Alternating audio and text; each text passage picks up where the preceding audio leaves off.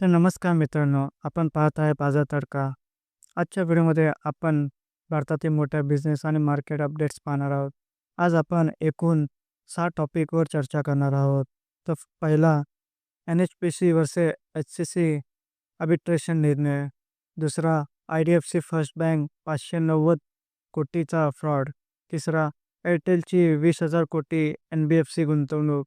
चौथा वारे energies solar आणि ग्रीन हायड्रोजन विस्तार. पाचवा ओलेक्ट्रा ग्रीनटेक 1,800 कोटी ई बस कॉन्ट्रॅक्ट. आणि शेवटी HAL आणि संरक्षण शेअर्समधील घसरण. चला तर मग सुरुवात करूया. तर पहिल्या टॉपिककडे वळूया.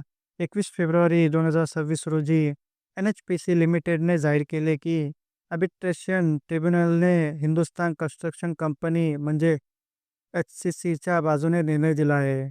हा वाद किशनगंगा हायड्रो इलेक्ट्रिक प्रोजेक्ट येथील सिव्हिल वर्क्स बांधकामाशी संबंधित आहे.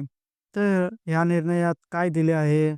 तर आर्बिट्रेशननुसार NHPCला HCCला खालील रक्कम द्यावी लागेल. तर रक्कम 227 कोटी आणि युरो 26,66,029 आणि त्यामध्ये व्याज प्लस आर्बिट्रेशन खर्चही लागू होतो. तसे हा दावा प्रकल्पातील बांधकाम कामावरील वादामुळे करण्यात आला होता. त्याचबरोबर NHPCने 738.67 कोटीचे प्रतिदावे केले आहेत. अजून यावर सुनावणी सुरू झालेली नाही, म्हणजे अंतिम आर्थिक परिणाम अजूनही निश्चित आहे. तर मग आता दुसऱ्या बातमीकडे वळूया. तर RBI रिझर्व्ह बँक ऑफ इंडियाने स्पष्ट केले आहे की IDFC फर्स्ट बँकच्या चंदीगड शाखेत उघड झालेला 590 कोटीचा फ्रॉड हा भारतीय बँकिंग व्यवस्थेसाठी कोणताही प्रणालीगत धोका निर्माण करत नाही. आता पुढील तिसऱ्या बातमीकडे वळूया. तर भारतीय एअरटेलने आपल्या NBFC उपकंपनी एअरटेल मनी लिमिटेडमध्ये 20,000 कोटीचा ऐतिहासिक गुंतवणूक जाहीर केली आहे. ही गुंतवणूक डिजिटल फायनान्स आणि कर्ज वितरण क्षेत्रात मोठा विस्तार दर्शवते. तर यामध्ये भारतीय एअरटेलची 70% हिस्सेदारी आणि भारतीय एंटरप्राइजेसची 30% हिस्सेदारी, एकूण गुंतवणूक 20,000 कोटी. यामुळे एअरटेल मनीला मोठ्या प्रमाणात कर्ज देण्याची क्षमता मिळणार आहे. तसेच भारतीय एअरटेल टेलिकॉम कंपनीने सुरू केलेला NBFC म्हणजेच एअरटेल मनी यांची पेटीएम, फोनपे, जिओ फायनान्शियल यांच्याशी स्पर्धा वाढण्यात आली आहे. आता पुढील चौथी बातमी म्हणजे वारे एनर्जीज ने भारतातील नवीकरणीय ऊर्जा क्षेत्रात आपली मजबूत उपस्थिती पुन्हा सिद्ध केली आहे.